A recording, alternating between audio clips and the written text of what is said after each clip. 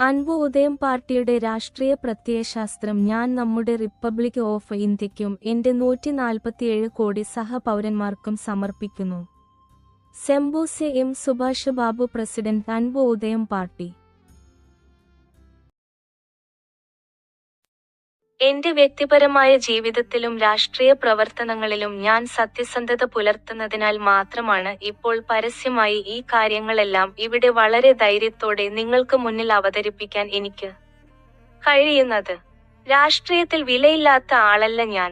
ഞാൻ രാഷ്ട്രീയത്തിൽ പ്രവേശിച്ചതിനു ശേഷം ഭരണകക്ഷിയും എനിക്കൊരു വില നിശ്ചയിച്ചു.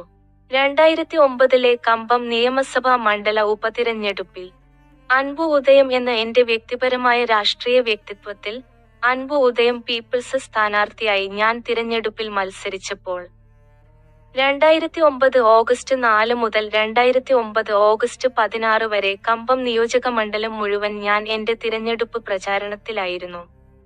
ഈ ദിവസങ്ങൾക്കിടയിൽ ഒരു ദിവസം ഒരു വാർത്താ റിപ്പോർട്ടർ എന്റെ അടുക്കൽ വന്ന് ഭരണകക്ഷിയുടെ ദ്രാവിഡ മുന്നേറ്റ കലാഗം DMK പാർട്ടി നേതാവായ ശ്രീ എം കരുണാനിധിയുടെ മകനെ കാണാൻ ഞാൻ ക്രമീകരിക്കാം. അദ്ദേഹം കമ്പം മണ്ഡലത്തിലാണ്. നിങ്ങൾ അദ്ദേഹത്തെ കാണുന്നുണ്ടോ? ഞാൻ നിങ്ങളെ അവിടെ കൊണ്ടുപോകാം എന്ന് ചോദിച്ചു. ആ കൂടിക്കാഴ്ച ഞാൻ നിരസിച്ചു. അതിനുശേഷം 2014 ഇന്ത്യൻ പാർലമെന്റ് പൊതുതെരഞ്ഞെടുപ്പിന് മുമ്പ് അൻപു ഉദയം കച്ചിയുടെ പേരിൽ പാർട്ടിയിലെ വനിതാ അംഗങ്ങൾക്കൊപ്പം അൻപു ഉദയം രാഷ്ട്രീയത്തിന്റെ വിശുദ്ധ പുസ്തകം എന്ന പുസ്തകത്തിന്റെ പ്രകാശന ചടങ്ങ് 2014 ഫെബ്രുവരി 27 ചെന്നൈയിലെ ശ്രീ അലമേലു മംഗ കല്യാണ മണ്ഡപത്തിൽ വളരെ നന്നായി നടന്നു. ഞങ്ങളുടെ പാർട്ടി അൻപു ഉദയം കച്ചി അംഗങ്ങളോടും ഭാരവാഹികളോടും ഞാൻ അവിടെ ഉണ്ടായിരുന്നപ്പോൾ അവിടെ വന്ന സന്ദർശകരിൽ ഒരാൾ എന്നോട് കുറച്ച് മിനിറ്റ് സംസാരിച്ച് എന്റെ മൊബൈൽ നമ്പർ കുറിച്ചു. കുറച്ച് സമയത്തിന് ശേഷം അദ്ദേഹം പുറത്തുനിന്ന് തന്റെ മൊബൈൽ ഫോണിൽ എന്നെ വിളിക്കുകയും എന്നെ കണ്ടതിന്റെ വിശദാംശങ്ങൾ ഓർമ്മിക്കുകയും ചെയ്തു. പിന്നെ അയാൾ സ്വയം പരിചയപ്പെടുത്തി മൊബൈൽ ഫോണിൽ ചോദിച്ചു, ഞാൻ നിങ്ങളെ അഖിലേന്ത്യാ അണ്ണാ ദ്രാവിഡ മുന്നേറ്റ കലാഗം AIADMK പാർട്ടി നേതൃത്വത്തിലേക്ക് കൊണ്ടുപോകുകയാണ്. നിങ്ങൾ അദ്ദേഹത്തെ കാണുമോ? അതിനുള്ള ക്രമീകരണങ്ങൾ ഞാൻ ചെയ്യണോ? ഞാൻ മീറ്റിംഗ് സ്വീകരിക്കാൻ വിസമ്മതിച്ചു. എന്തുകൊണ്ടാണ് നിങ്ങൾ ഇത് നിരസിക്കുന്നതെന്ന് അദ്ദേഹം എന്നോട് ചോദിച്ചു. ഞാൻ അവർക്കെതിരെ രാഷ്ട്രീയം കളിക്കുകയാണ്. എനിക്ക് അവരെ എങ്ങനെ കാണാൻ കഴിയും? ഞാൻ എന്തിന് അവരെ കാണണം?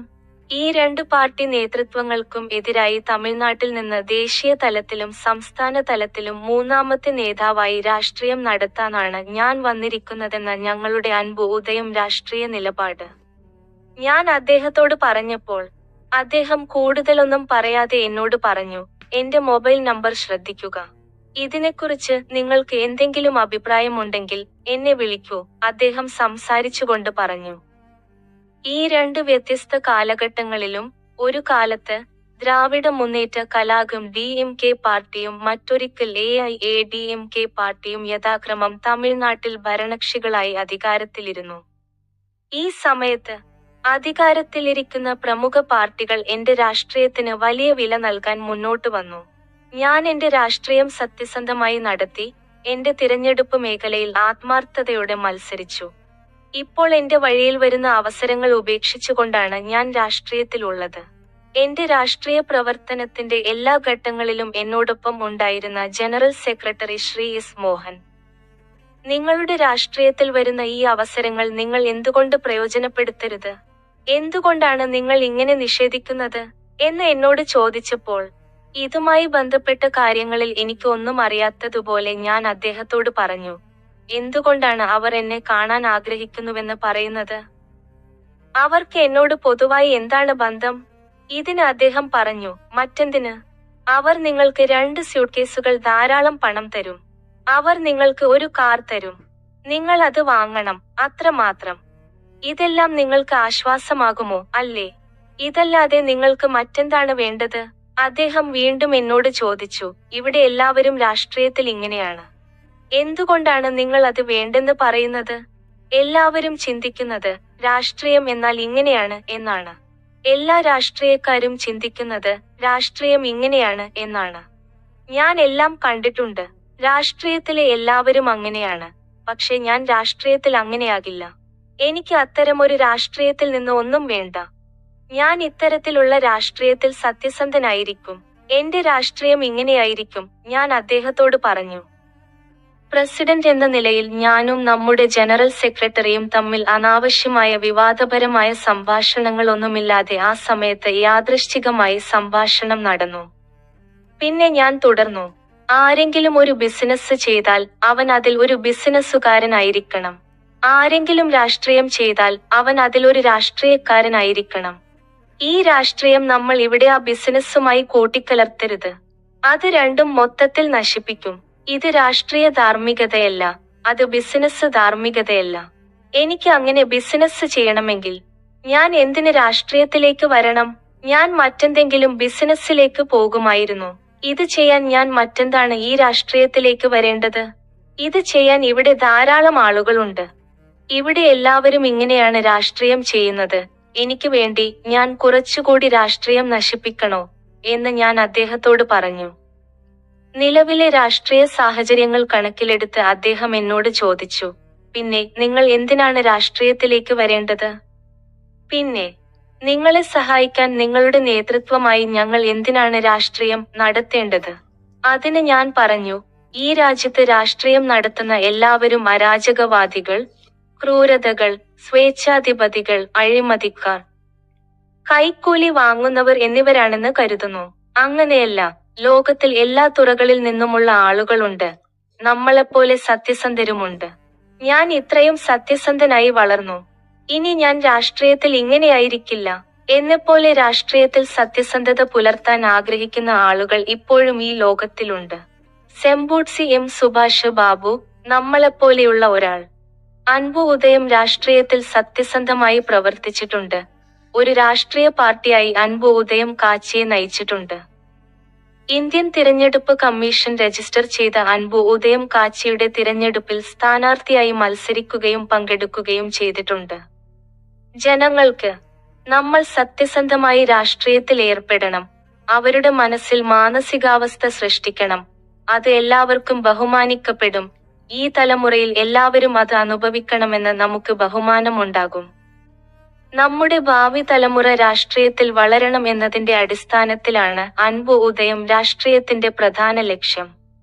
ഏത് തരത്തിലുള്ള സർക്കാരായാലും രാഷ്ട്രീയത്തെക്കുറിച്ച് ഒന്നും അറിയാത്ത ആളുകൾക്ക് പോലും ഏത് രാഷ്ട്രീയ കാര്യത്തിലും, ഏത് വിഷയത്തിലും, ഏത് സാഹചര്യത്തിലും, എന്തുകൊണ്ട് സാഹചര്യങ്ങളിലോ സന്ദർഭങ്ങളിലോ അൻപു ഉദയത്തിന്റെ രാഷ്ട്രീയ നിലപാടുകൾ നിർണയിക്കാൻ കഴിയണം. ഈ വിധത്തിലാണ് അൻപു ഉദയത്തിന്റെ രാഷ്ട്രീയ സ്വത്വം ജനങ്ങൾ തിരിച്ചറിയേണ്ടത്. രാഷ്ട്രീയമായി അൻപു ഉദയത്തിന്റെ രാഷ്ട്രീയത്തിന്റെ അടിസ്ഥാനത്തിൽ എല്ലാ ആളുകളെയും സ്വാഭാവികമായി ഏത് കാര്യത്തിലും തീരുമാനമെടുക്കാനും ജനാധിപത്യപരമായി തീരുമാനങ്ങൾ എടുക്കാനും പ്രാപ്തരാക്കുക എന്നതാണ് അൻപു ഉദയത്തിന്റെ രാഷ്ട്രീയ തന്ത്രം. അൻപു ഉദയത്തിന്റെ രാഷ്ട്രീയ പ്രത്യയശാസ്ത്രത്തിന്റെ ചട്ടക്കൂടിനുള്ളിൽ ചിന്തിക്കാൻ അവരെ പ്രേരിപ്പിച്ചു. ഇപ്പോൾ 21-ാം നൂറ്റാണ്ടിൽ രാജ്യം ഏറ്റവും മോശം അവസ്ഥയിലായ ഈ സമയത്ത് അൻപു ഉദയത്തിന്റെ രാഷ്ട്രീയം ഈ രീതിയിൽ നടത്തണമെന്ന് ഞാൻ നിർബന്ധിതനാണ്. ഇതുവരെ രാഷ്ട്രീയത്തിൽ പ്രവേശിച്ചവരെല്ലാം മറ്റൊരു മേഖലയിൽ പ്രശസ്തരായി. പിന്നീട് അവർ രാഷ്ട്രീയത്തിൽ പ്രവേശിച്ചു, രാഷ്ട്രീയത്തിൽ പ്രവേശിച്ചു, രാഷ്ട്രീയത്തിൽ പ്രവേശിച്ചു, രാഷ്ട്രീയത്തിൽ പ്രവേശിച്ചു. നമ്മുടെ മേഖലയിൽ സാമ്പത്തികമായി സ്വയംപര്യാപ്തത നേടിയ ഈ സെലിബ്രിറ്റി ഐഡന്റിറ്റി നമ്മൾ എന്ത് പറഞ്ഞാലും ഈ പൊതുജനം കേൾക്കാൻ തയ്യാറാകും. മാധ്യമങ്ങൾ, മാഗസിനുകൾ, ടെലിവിഷൻ ചാനലുകൾ, റേഡിയോ ചാനലുകൾ, സോഷ്യൽ മീഡിയ, യൂട്യൂബ് ചാനലുകൾ, ഫേസ്ബുക്ക് പേജുകൾ തുടങ്ങിയവ കരിമ്പട്ടികയിൽ പെടുത്തിയ നിയന്ത്രണങ്ങളില്ലാതെ വാർത്തകളും പ്രക്ഷേപണവും പ്രസിദ്ധീകരിക്കാൻ തയ്യാറാകും. കാരണം സെലിബ്രിറ്റി എന്ന ഒരേയൊരു ഐഡന്റിറ്റിയാണ് ആളുകളിലേക്ക് വാർത്തകൾ എത്തിക്കുന്നത്. എന്തുകൊണ്ട് നമുക്ക് അത് രാഷ്ട്രീയത്തിൽ ഉപയോഗിക്കരുത് എന്ന് സെലിബ്രിറ്റി ചിന്തിക്കുമ്പോൾ ജനങ്ങളും മാധ്യമങ്ങളും ഉടനടി പിന്തുണയ്ക്കാൻ തയ്യാറാണെന്ന് കരുതുക. അതാണ് നമ്മുടെ രാഷ്ട്രീയം. ഇത് നമ്മുടെ സെലിബ്രിറ്റി ഐഡന്റിറ്റി. നമ്മുടെ രാഷ്ട്രീയത്തിന്, അത് നമ്മുടെ രാഷ്ട്രീയത്തിന് മതി എന്ന് പറയുന്ന സെലിബ്രിറ്റി. അതിനാൽ അവർ ചിന്തിക്കുന്നു, നമ്മുടെ രാഷ്ട്രീയത്തിന് തത്വങ്ങൾ ആവശ്യമില്ല, അതിന് പ്രത്യയശാസ്ത്രം ആവശ്യമില്ല, ഒരു സെലിബ്രിറ്റി പദവി മാത്രം മതി. അവരുടെ മേഖലകളിൽ ഈ സെലിബ്രിറ്റി പദവി ഉള്ളതിനാൽ അവർ ഏത് മേഖലയിലേക്ക് പ്രവേശിക്കാൻ ആഗ്രഹിക്കുന്നുവെങ്കിലും. ബഹുജനങ്ങളും മാധ്യമങ്ങളും അവരുടെ അനുഭവമോ യോഗ്യതയോ പരിഗണിക്കില്ലെന്ന് അവർ വിശ്വസിക്കുന്നു. കാരണം അത്തരം കാര്യങ്ങൾ മനസ്സിലാക്കാൻ അവർക്ക് പക്വതയില്ല. അതിനാൽ അവർ വിശ്വസിക്കാൻ തയ്യാറാണ് അവർക്ക് അവരെ എളുപ്പത്തിൽ വഞ്ചിക്കാൻ കഴിയും. എന്നാൽ ലോകത്തിൽ രാഷ്ട്രീയത്തിൽ ആദ്യമായി ഒരു രാഷ്ട്രീയം സാധാരണക്കാരിൽ നിന്ന് ഒരു അജ്ഞാത പൗരനിൽ നിന്ന് വരണം. അത് ഒരു നേതാവായിരിക്കണം. പ്രശസ്തനെന്നോ സെലിബ്രിറ്റി എന്നോ ഉള്ള ഐഡന്റിറ്റി ഇല്ലാതെ ആ രാഷ്ട്രീയത്താൽ തിരിച്ചറിയപ്പെടുന്ന നേതൃത്വം. അതിൽ ഒരു വ്യക്തിയുടെയും ഐഡന്റിറ്റി ഉണ്ടാകരുത്. അതിൽ എനിക്ക് നയിക്കേണ്ടത് അത്രമാത്രം. ഞാൻ അദ്ദേഹത്തോട് പറഞ്ഞു, ഞാൻ പ്രസിഡന്റ് സെമ്പൂട്സി എം. സുഭാഷ് ബാബു തിരിച്ചറിയപ്പെടണമെന്ന്. എന്റെ രാഷ്ട്രീയം അത് അൻപു ഉദയം.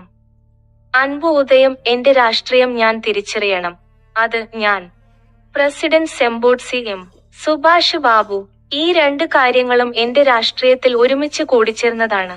അത് ഏത് മേഖലയിലായാലും ഒരു ജനാധിപത്യ രാജ്യത്ത് ഭരണം എന്തായാലും. രാഷ്ട്രീയത്തിലും സർക്കാരിലും സത്യസന്ധരായ ആളുകൾ ഉണ്ടായിരിക്കുന്നത് എത്ര വലിയ ശക്തിയാണെന്ന് എല്ലാ തുറകളിലുമുള്ള ആളുകൾ അറിയണം. നമ്മൾ മോശം ആളുകളെ മോശം ആളുകളായും നല്ല ആളുകളെ നല്ലവരായും അംഗീകരിക്കുമ്പോൾ നമ്മുടെ സഹപൗരന്മാർക്ക് നമ്മളെ അതേപടി സ്വീകരിക്കാൻ എന്ത് ബുദ്ധിമുട്ടായിരിക്കും. പ്രത്യേകിച്ച് നമ്മൾ സത്യസന്ധരായിരിക്കുമ്പോൾ എന്ന് ഞാൻ ജനറൽ സെക്രട്ടറിയോട് ചോദിച്ചപ്പോൾ അദ്ദേഹം മറുപടി പറഞ്ഞു, ഈ കാലഘട്ടത്തിൽ ഇത് സാധ്യമാണോ? ആളുകൾക്ക് ഇത് മനസ്സിലാകുമോ? പ്രത്യേകിച്ച് ഇന്നത്തെ രാഷ്ട്രീയ കാലാവസ്ഥയിൽ. നിങ്ങൾക്ക് രാഷ്ട്രീയത്തിൽ ഒരു പ്രയോജനവുമില്ല. നിങ്ങൾ അത്തരം രാഷ്ട്രീയം നടത്തുന്നതിൽ നിന്ന് ആർക്കെങ്കിലും എന്ത് പ്രയോജനം ലഭിക്കും? നിങ്ങൾക്കും അത് ഉപയോഗിക്കില്ല. അൻപു ഉദയത്തിന്റെ രാഷ്ട്രീയത്തെക്കുറിച്ച് അറിയുന്നതിലൂടെ നമ്മൾ സത്യസന്ധരായിരിക്കണം എന്ന് ആളുകൾ ചിന്തിക്കാൻ തുടങ്ങിയാൽ, അൻപു ഉദയത്തിന്റെ രാഷ്ട്രീയത്തിൽ നമ്മൾ അദ്ദേഹത്തെ ഉപയോഗിച്ചില്ല, നമ്മൾ അദ്ദേഹത്തെ രാഷ്ട്രീയത്തിൽ നിന്ന് മാറ്റി നിർത്തി എന്ന് അവർ ചിന്തിക്കുമ്പോഴെല്ലാം, ആളുകൾ രാഷ്ട്രീയത്തെക്കുറിച്ച് ചിന്തിക്കുമ്പോഴെല്ലാം അത് അവരുടെ ഉള്ളിൽ പിരിമുറുക്കവും കുറ്റബോധവും സൃഷ്ടിക്കും. അതാണ് അൻപു ഉദയത്തിന്റെ രാഷ്ട്രീയ നേട്ടം, വിജയം. എനിക്ക് അദ്ദേഹത്തോട് പറയാൻ കഴിയും, ഒരു ജനാധിപത്യ രാജ്യത്ത് രാഷ്ട്രീയം ചെയ്യാൻ കഴിയുന്ന ഒരു രാഷ്ട്രീയക്കാരൻ എന്ന നിലയിൽ ഞാൻ അൻപു ഉദയം കച്ചിയുടെ പ്രസിഡന്റാണെങ്കിലും ഒരു രാഷ്ട്രീയ നയമോ കാഴ്ചപ്പാടോ എന്ന നിലയിലല്ല. മറിച്ച് ഒരു വ്യക്തിയുടെ രാഷ്ട്രീയ ധാർമ്മികതയുടെ വീക്ഷണകോണിൽ നിന്നാണ് ഞാൻ അൻപു ഉദയത്തിന്റെ രാഷ്ട്രീയത്തെക്കുറിച്ച് ജനറൽ സെക്രട്ടറിയോട് സംസാരിച്ചത്. എനിക്ക് ശരിയാണെന്ന് തോന്നുന്നില്ല. പാർട്ടിയുടെ ജനറൽ സെക്രട്ടറിയോട് എന്റെ ഉപബോധ മനസ്സിലുള്ളത് എന്താണെന്ന് പറയാൻ ഞാൻ മടിച്ചപ്പോൾ അദ്ദേഹം പറഞ്ഞു, നമ്മൾ ഇവിടെ ഇല്ലാതിരുന്നപ്പോൾ അൻപു ഉദയം ഇങ്ങനെയായിരുന്നു. അതിനെക്കുറിച്ച് സംസാരിക്കുമ്പോൾ. അപ്പോൾ എന്ത്? തന്റെ വാചകം പൂർത്തിയാക്കാതെ ഈ വിഷയത്തിൽ അൻപു ഉദയത്തിന്റെ പാർട്ടി നേതാവായ എന്നോടുള്ള മാനസിക വിഷമം കാരണം അദ്ദേഹം അഗാധമായ ഖേദം പ്രകടിപ്പിച്ചു. ഞാൻ ജനറൽ സെക്രട്ടറിയോട് ചോദിച്ചു, ഇപ്പോൾ ഞാൻ നിങ്ങളോട് ഒരു കാര്യം പറയട്ടെ? അതിന് അദ്ദേഹം വീണ്ടും ആശങ്കയോടെ എന്നെ നോക്കി. ഇപ്പോൾ ഈ നിമിഷം ഞാൻ ഒരു സത്യസന്ധനായ രാഷ്ട്രീയക്കാരനാണെങ്കിലും ഒരു ജനാധിപത്യവാദി എന്ന നിലയിൽ രാഷ്ട്രീയത്തിൽ ആരും എന്നെ ഒരു രാഷ്ട്രീയ പരാജയമായി കാണരുതെന്നും രാഷ്ട്രീയത്തിൽ അങ്ങനെ തിരിച്ചറിയപ്പെടാൻ ഞാൻ ആഗ്രഹിക്കുന്നില്ലെന്നും ഞാൻ ദൃഢനിശ്ചയം ചെയ്തു. അതുകൊണ്ട് അപ്പോഴാണ് ഞാൻ നമ്മുടെ അൻപു ഉദയം പാർട്ടിയുടെ നേതാവായ സെമ്പൂട്സി എം. സുഭാഷ് ബാബു ഒരു സമഗ്ര രാഷ്ട്രീയക്കാരനായി എന്റെ ഉപബോധ മനസ്സിൽ നിലനിൽക്കാൻ ഞാൻ എടുത്ത രാഷ്ട്രീയ തീരുമാനം നമ്മുടെ പാർട്ടിയുടെ ജനറൽ സെക്രട്ടറി ശ്രീ എസ്. മോഹനോട് വെളിപ്പെടുത്തിയത്.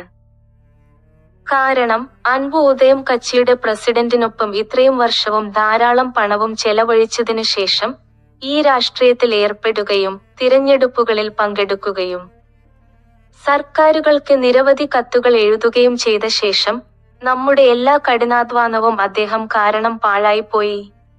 അദ്ദേഹം രാഷ്ട്രീയത്തിലേക്ക് വന്നത് നമ്മുടെ സമയവും പണവും ജീവിതവും പാഴാക്കാൻ വേണ്ടിയാണോ? ഒരു ജനാധിപത്യ രാജ്യത്ത് ഭരണഘടന നിയമം അനുസരിച്ച് രാഷ്ട്രീയത്തിൽ പാർട്ടി തലത്തിൽ അൻപു ഉദയം പ്രണയത്തിന്റെ പ്രഭാതം പ്രത്യയശാസ്ത്രം നടത്താൻ വന്ന ഒരാൾ ഇപ്പോൾ അത്തരമൊരു വ്യക്തിവാദപരമായ സാമൂഹിക ധാർമ്മിക സിദ്ധാന്തത്തെക്കുറിച്ച് സംസാരിക്കുന്നു. ഇതിൽ രാഷ്ട്രീയം എവിടെയാണ്? എന്റെ പ്രസിഡന്റ് എന്ന നിലയിൽ ജനറൽ സെക്രട്ടറി എന്നെക്കുറിച്ച് വിഷമിക്കേണ്ടതില്ലെന്ന് ഞാൻ ആഗ്രഹിച്ചു.